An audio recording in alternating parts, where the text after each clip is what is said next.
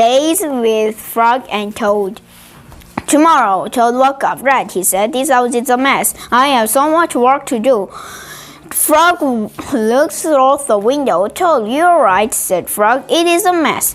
Toad pulled the covers over his head. I will do it tomorrow, said Toad. Today, I will take life easy. Frog came into the house. Toad, said Frog, your pants and jacket are lying on the floor. Tomorrow, said Toad, from under the covers, your kitchen sink is filled with dirty dishes, said Frog.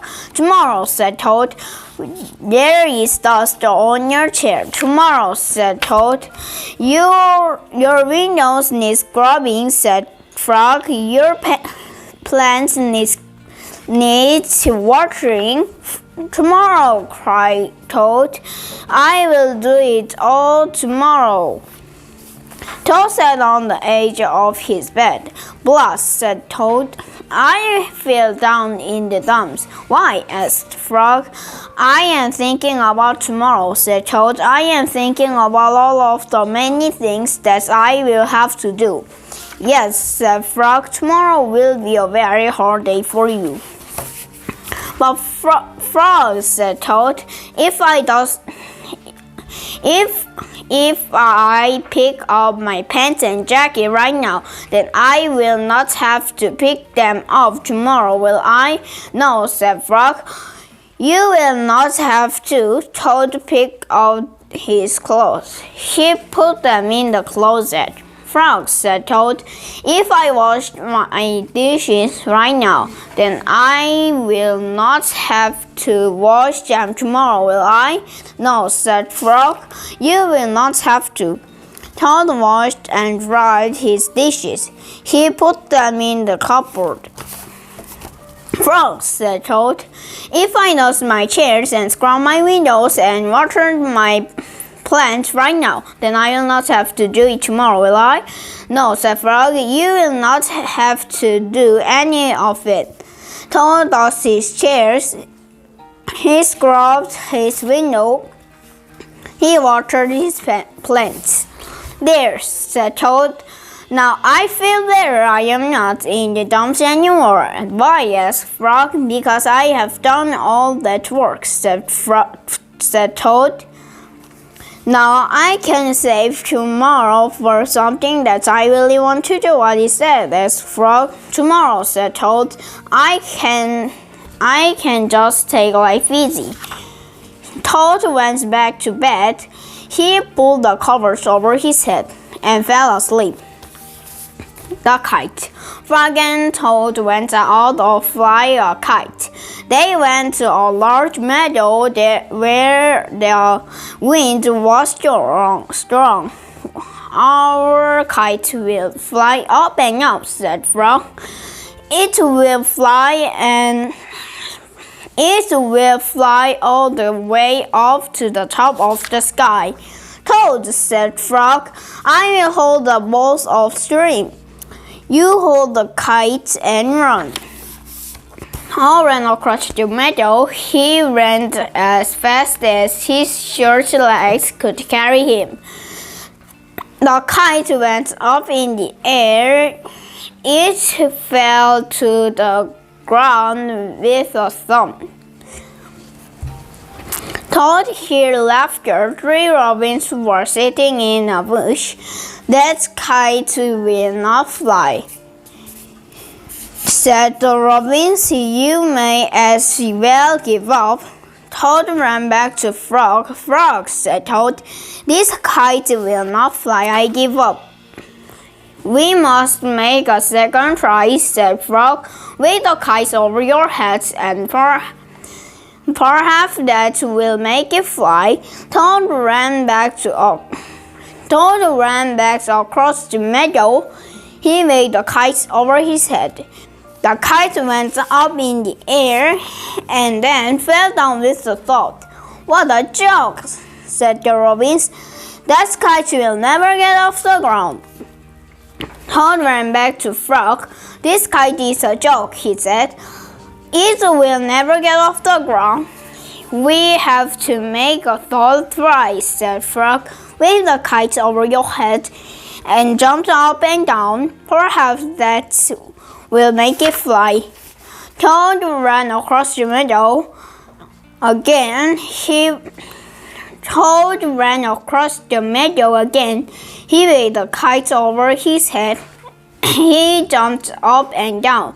The kite went up in the air and crashed down with the grass. That kite is junk, said the robin. Throw it away and go home. Toad ran back to Frog. This kite is junk, he said. I think we should throw it away and go home. Toad, said Frog. We need one more try. Wave the kite over your head, jumped up and down, and shouted, Up, kites up! Toad ran across the meadow. He waved the kite over his head. He jumped up and down, and he shouted, Up, kites up! The kite flew into the air. It climbed higher and higher. We did it, cried Toad. Yes, said Frog. If a running try did not work, and a running and waving try did not work, and a running, waving, and jumping try did not work. I knew that a running, waving, jumping, and shouting try just had to work. The robins flew out of the bush, but they could not fly as high as the kite. Frog and Toad sat and watched their kites. It seemed to be flying way up at the top of the sky. Shivers. The night was cold and dark. Listen to the wind howling in the trees, said Frog.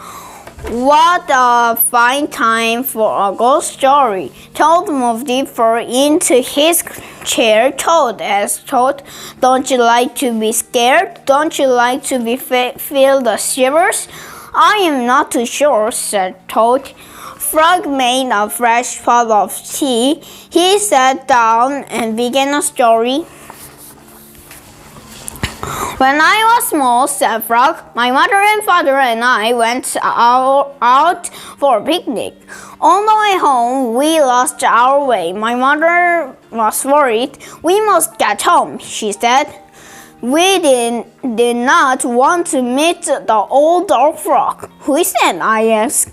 A terrible ghost, said my father. He comes out at night and eats little frog children for supper. Toad sipped his tea. Frog, he asked, Are you make this up? Maybe yes and maybe no, said Frog. My mother and father went to search for a pet, said Frog. They told me to wait until they came back. I sat down under a tree and waited. The wood became dark. I was afraid. Then I saw two huge eyes. It was the old dog Frog. He was standing near me. Frog asked Toad, Did this really happen? Maybe it did and maybe it didn't, said Frog. Frog went on with the story. The dog Frog pulled a jump frog out of his pocket. I am not hungry now, said the dog Frog. I have eaten too many tasty frog children. But after I jump for a 100th time, I will be hungry again. Then I will eat you. The dog Frog tied one end of the top rope to a tree. Turn for me, he shouted. I turned the rope for the dog Frog. He jumped 20 times. I'm beginning to get hungry, said the dog Frog. He jumped 50 times. I am getting hungrier, said the dog Frog. He jumped 90 times. I am very hungry now, said the dog Frog. What happened then? Asked Toad. I have to save my life, said Frog. I ran around and around the tree with the rope. I tied off the old dog Frog. He roared and screamed. I ran away fast. I found my mother and father, said Frog. We came safely home. Frog asked Toad, was that a true story? Maybe it was and maybe it wasn't, said Frog. Frog and Toad sat close by the fire. They were scared. The teacup shook in their hands. They were having the shivers. It was a good, warm feeling. The hat. On Toad's birthday, Frog gave him a hat. Toad was diligent. Happy birthday, said Frog. Toad put on the hat. It fell down over his eyes. I am sorry, said Frog. That hat is much too big for you. I will give you something else. No, said Toad. This hat is your present to me. I like it. I will wear it in the way it is. Frog and Toad went for a walk. Toad tripped over a rock. He bumped into a tree. He fell a hole. Frog, said Toad, I can't see anything. I will not be able to wear your beautiful present. This is a sad birthday for me. Frog and Toad were sad for a while. Then Frog said, Toad, here is that you must do tonight. When you get to bed, you must sing some very big songs. Those big thoughts will make your head grow larger. In the morning, your new hat may fit. What a good idea, said Toad. That night, when Toad went to bed, he thought the biggest thoughts that he could think. Toad thought about giant sunflowers. He thought about tall oak trees. He thought about high mountains covered of snow. Then Toad fell asleep. Frog came into Toad's house. He came in quickly. Frog found the hat and put it to his house. Frog poured some water on the hat. He put the hat in a warm place to dry. It began to shrink. That hat grew smaller and smaller. Frog went back to Toad's house. Toad was still fast asleep. Frog put the hat back on the hook where he found it. When Toad woke up in the morning, he put the hat on his head. It was just the right side. Toad ran to Frog's house. Frog, Frog, he cried, all those big thoughts have made my head much larger. Now I can wear your present. Frog and Toad went for a walk. Toad did not trip over a rock. He did not bump into a tree. He did not fall in the hole. It turned out to be a very pleasant day after Toad's birthday. Alone, Toad went to Frog's house. He found a note on the door. The note says, Dear Toad, I am not at home. I went out. I want to be alone. Alone, said Toad.